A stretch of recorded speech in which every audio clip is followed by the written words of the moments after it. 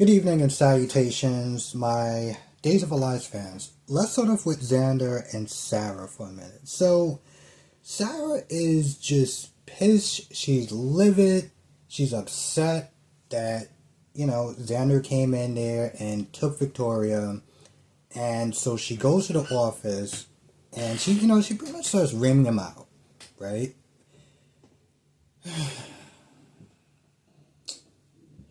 You know, throughout this argument, the one thing that I've noticed, she did this twice, and I don't think that she's doing this on purpose, right? Is that there's a point where she's like, listen, I don't want to take Victoria from you. I don't want to exclude you from Victoria's life. We got to find a way to sit there and compromise this whole thing, right?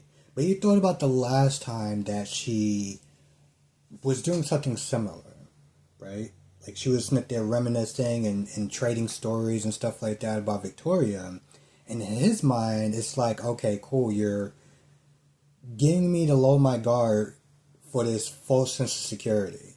See, the thing is, he's paranoid like there's no tomorrow. Even though she's like, hey, listen, we're just going to be going for a couple of days. We're not, we'll be right back. He thinks that she's just going to take the baby since Maggie has all this money. Um, you know, she could just disappear them out the country and, with the resources and everything.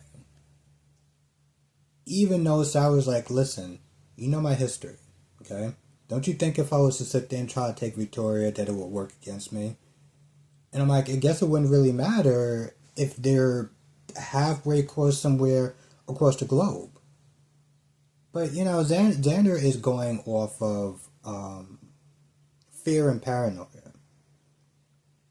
And, he still doesn't like the fact that he felt that she tried to trick him into confessing and, going to jail or whatever.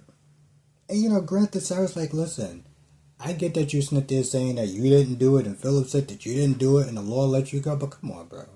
Everybody knew that you did it. And I guess in some ways she just wants assurance that he'll never do it again. But in reality, even if you got that, like even if he sat there and said, yeah, listen, I whooped his ass and I won't do it again. Are you going to believe him? I mean, seriously, are you going to actually believe him? So, in all reality, I don't even understand what was the point of bringing that up. 1 second.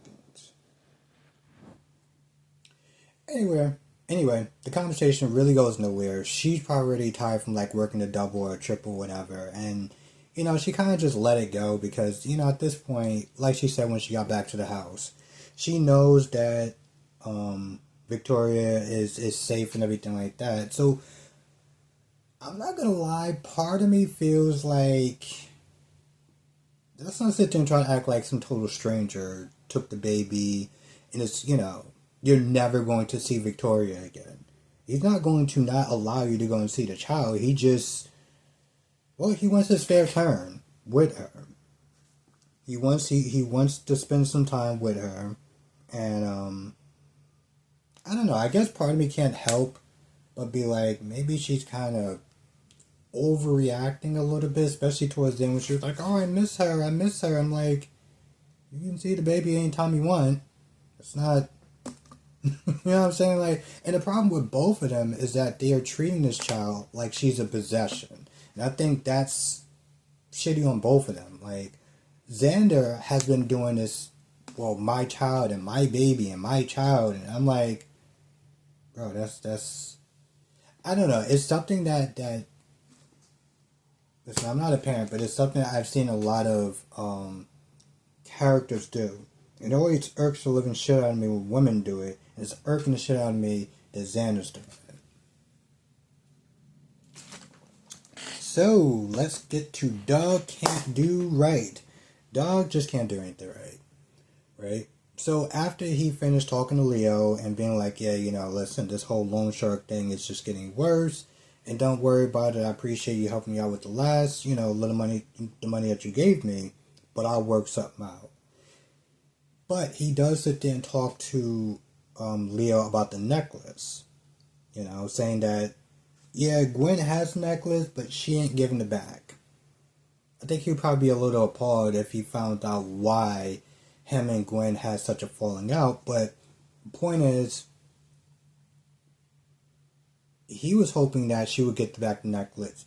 I mean, he was hoping that Julie would get back the necklace, so this way Julie would sit there and hate him a little bit less. But I'm kind of just like, I don't think that's how that works. And, listen, we talked about this last night in my stream. And, Julie being really angry up until a point where she was like, you don't deserve to carry my husband's namesake. Right? And it was kind of harsh. And I get that for a lot of reasons. But she wasn't wrong. I mean, come on now.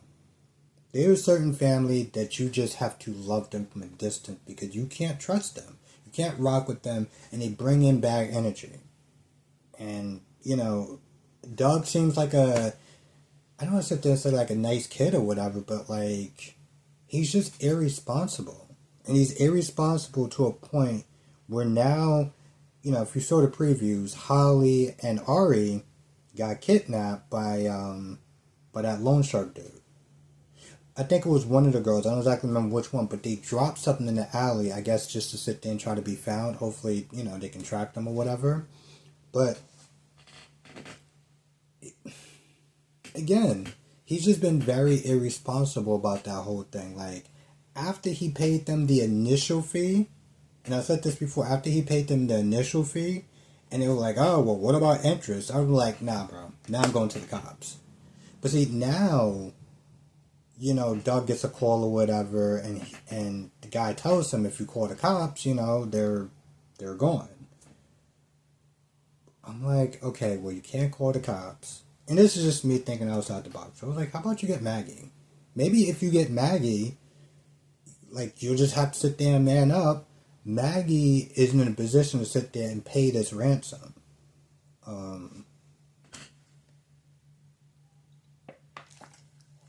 Julie is in this position to sit there and pay this ransom.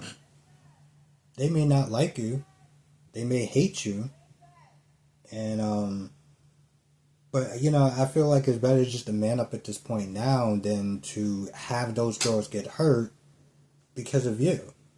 But that's the thing, though. That's the thing about Doug. Like, he won't even do that. I guarantee you he won't do that. What he's going to try to do is he's going to try to somehow take the necklace from Gwen. That's what he's going to try to do. And then what? What happens if that doesn't work? Like, I swear. Okay, let's just move on. Tate. So Tate comes to sit there and see Sophia. And the thing that was just really... I wouldn't sit there and say odd, but... I guess it was a little kind of odd. See, he came in and he didn't text, he didn't call or anything like that. He just shows up because, he's sitting there telling Holly, oh, well, I didn't tell her yet. I'm like, bro, you literally waited to the last day to sit there and tell her. So he goes to her place, he knocks on the door, and, she just got finished talking to Belinda. Now, I think and the thing is, she knows. I think she knows that Tate is going out of town. Because she's like, listen, it's the perfect time or whatever. I get to sit there and do what I gotta do, and he's away or whatever. But anyway, she gets done talking, and Tate just starts knocking on the door. He's like, hey, Sophia, your mom told me it was okay for me to come up. Alright, I'm coming on in. I was like, whoa, bro. Listen, I get that you saw the goods and everything like that because you were with her, but like, there's a certain level of respect. Like, you knock on a woman's door, you don't just walk on in until she's ready. I don't feel like he got the all clear because all he said was, well, I'm coming on in. What? And I get the scene because it was like she didn't have time to put on the fake baby bump or whatever, but like, bro. like, that scene just... Anyway, he gets there and she's kind of a little dismissive or whatever. She's like, I'm just tired, I want to rest, I don't I don't feel like going with y'all and waddling and stuff like that. So I'm just gonna chill out. You don't need to stay here because labor could take God knows how long. So just go and have a good time or whatever, and I'll be fine. For the most part, she does sit there and bring up, because he's talking about he's going to the CM trip or whatever. It's like, oh, you're going there to be with Holly, right? Yes. You know that they're back together, right? Part of me is just like, why is that always such like a little trigger thing for you? It's like, you know that they're back together, so why are you acting brand new about any of this? But eventually he leaves, and I don't know. I guess she goes to the town square, or whatever, to like I don't know, get something to eat or something, and she runs into Javi and Leah. And she sees them with the baby and stuff. Well, she sees them with a baby. And so she walks up, she strikes up a conversation. Oh, I saw you in the paper and everything like that. And they talk about, yeah, listen, we found this little guy, whatever. And the mother has like 14 days to sit there and change her mind. She recognized that baby right off jump. And she starts getting kind of super emotional. I felt kind of bad for her. Like I said, this situation is a little bit different than the one on General Hospital because Tate knew the original plan was to always give up the child. Yes, I understand that he went to sit there and say goodbye before, they,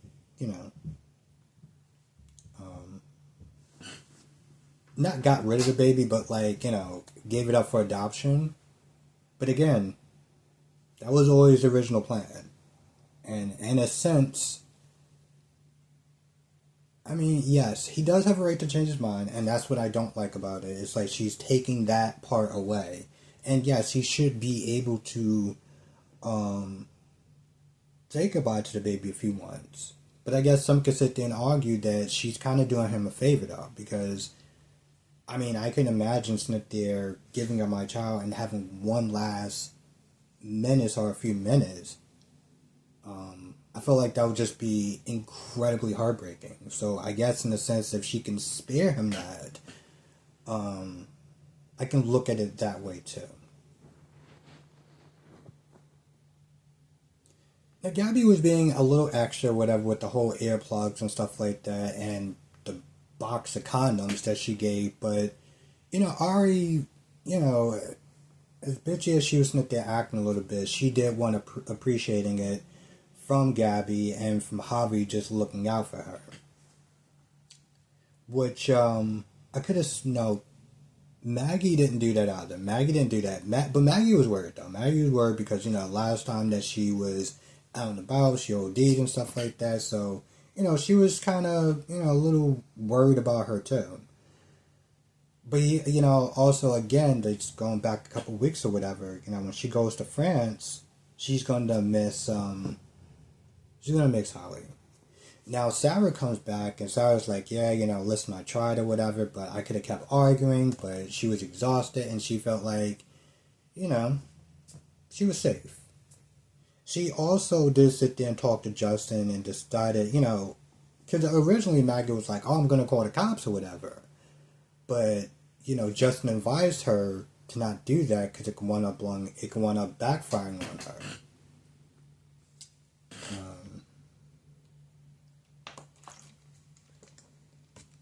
But she's not going to, obviously she's not going to go on the trip. I don't know. Like I said, when I, just to kind of take it back a little bit, I do feel like if the roles were reversed and she was like, oh, I want to sit there and go to Scotland or whatever, I'm pretty sure she would be hesitant of it. Now, I guess if you're going to be fair, bro, you was the one that did sit there and beat a man half to death. So you can kind of understand where she's coming from as far as you going globetrotting with a toddler after you just almost been convicted of damn near manslaughter. So, I guess in a sense it's like I can see that she would have a problem with it. I don't know. I know that this whole custody thing is heating up. And it sucks because every time Sarah's like, listen, we need to sit there and find a compromise or this, that, and the third, and he wants to let his guard down, he can't because he's like, oh, yeah, you lied to me one too many goddamn times. And I feel like until he finds a way to forgive her and move past that, it's that's just going to be the new norm, unfortunately. And it sucks because, you know, the baby did sit there and I guess called out for her mom. Which also the baby had blonde hair, and I'm like, what the I mean, seriously, the baby had... Why couldn't they just put a hat on the baby at that point? Come on.